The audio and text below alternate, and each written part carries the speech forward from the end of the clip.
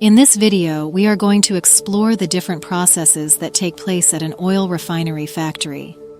Oil refinery factories can look like complex networks of containers, towers, and tubes.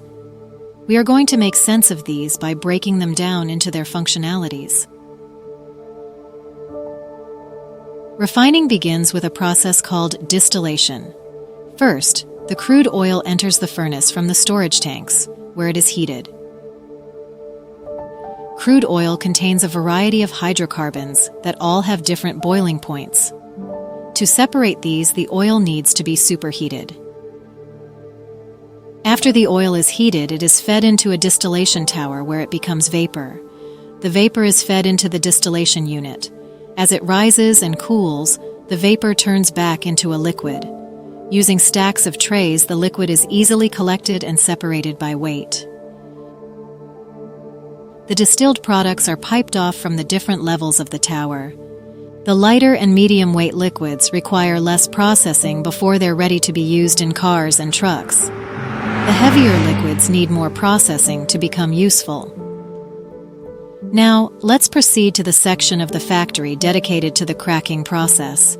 Cracking enhances the usefulness of heavy oil. Heavy oil is made up of long strings of carbon and hydrogen molecules.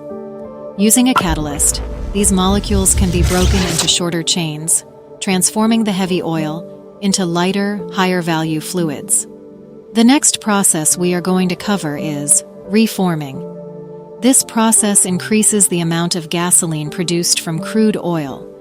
Naphtha is a substance produced in the distilling process. It has about the same amount of carbon atoms as gasoline. However, its structure is much more complex. Reforming rearranges the naphtha molecule, turning it into a usable, gasoline-like molecule. Now let's head to the large storage and mixing tanks. Here, the blending process takes place. Different refinery products are blended to create finished petroleum fuels. Using the correct blending recipes, different grades of gasoline are created to satisfy different engine requirements. Finally, let's take a look at the treatment process. The treating process produces cleaner gasoline by removing impurities, helping protect both the environment and our health. Gasoline molecules contain contaminants like sulfur. When the molecules are heated and come in contact with a special catalyst, a chemical reaction occurs that strips the sulfur away, cleaning the molecule. So there we have it. The processes that occur at an oil refinery factory. Let's do a quick recap. Distillation separates crude oil's different hydrocarbons. Cracking breaks down lengthy hydrocarbon chains to form lighter fuels. Reforming rearranges complex naphtha molecules into simpler, usable structures. Blending combines different refinery products to produce usable petroleum products.